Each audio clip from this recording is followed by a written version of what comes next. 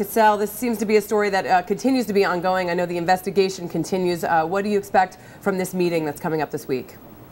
Kelsey, yes, there's a number of Chinese officials here in London this week for a long-planned trip talking about trade and cultural ties, that kind of thing. But while they're here, British ministers are raising the topic of Neil Heywood's death with them.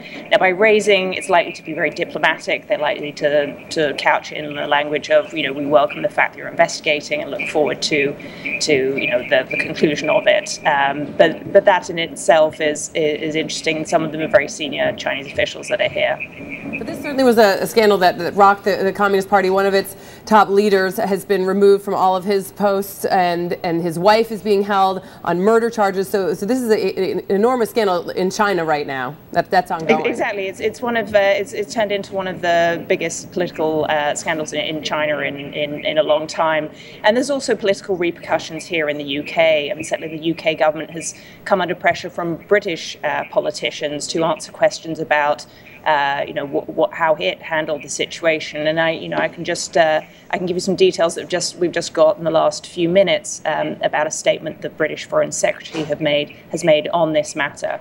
He's given sort of dates of when British officials became aware of it, so he's just spelt that out in a statement just now. And Cassell, is the British government going to influence the investigation in China? I mean, are we politicizing this whole process?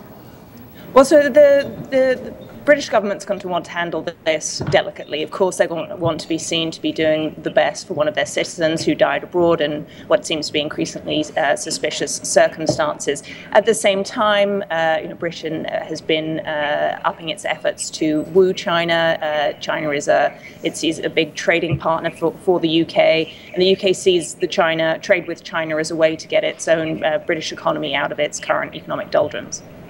And I know that there's been some criticism that the British government did not act quickly enough to launch some sort of investigation, or at least ask questions when Neil Heywood first died. Talk a little bit about how this investigation came about. Obviously, it's some time now after his death, and a little bit about where this is going, especially when it comes to the press and how it's being covered in the UK. Sure. So that's one of the interesting things about the British Foreign Secretary's statement today. So he details for the first time how the Brits reacted to this, and he has detailed how as early as mid-January British officials became aware of rumours within the British expat community in China that there were suspicions about Neil Heywood's death, which dated back to November. And the Foreign Secretary said that he himself was informed in early February of this year, so February 7th, and that a week later British officially asked the Chinese for an investigation. And while that does provide a lot of detail that we didn't previously have, there are some key questions that remain unanswered, and one of those is, as the Wall Street Journal has reported, there have been accounts that British consular officials in the Chinese city where Mr. Heywood died, Chongqing, they were concerned in the immediate aftermath of his death that there may have been suspicious circumstances about it. Cassell, does this complicate the trade talks that are going on between Britain and China? My guess is, behind closed doors, the trade talks will carry on very much as is, and any raising of the topic will be in the most sort of diplomatic of ways. So I doubt that it will derail any of the talks about trade relations or cultural ties that were going on this week.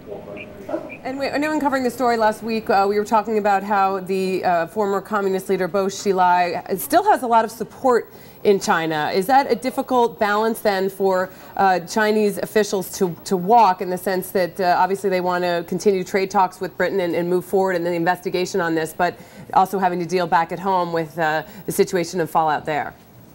Yes, so as delicate a balance it is for the British government here to, balance its competing interests. It's, as much, if not more so, back in China. There's, it's, as you say, it's a highly politicized matter back there. So that's going to take a while to play out.